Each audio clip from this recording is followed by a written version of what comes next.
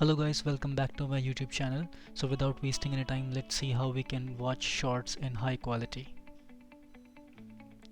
So first of all, I'm gonna open any short video.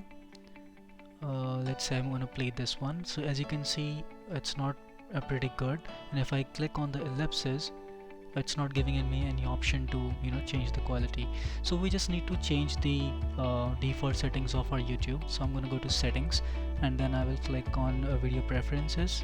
Here I will make changes to high quality picture in both these options. And what we're gonna do next is we're gonna restart our YouTube. I'm gonna open the same video. Now as you can see, it's playing in high quality picture, and there you have it. So I hope guys you like this video, this tutorial, and if you haven't already subscribed to my channel, kindly please subscribe, like and share this video if you can. Thank you very much, and see you next time.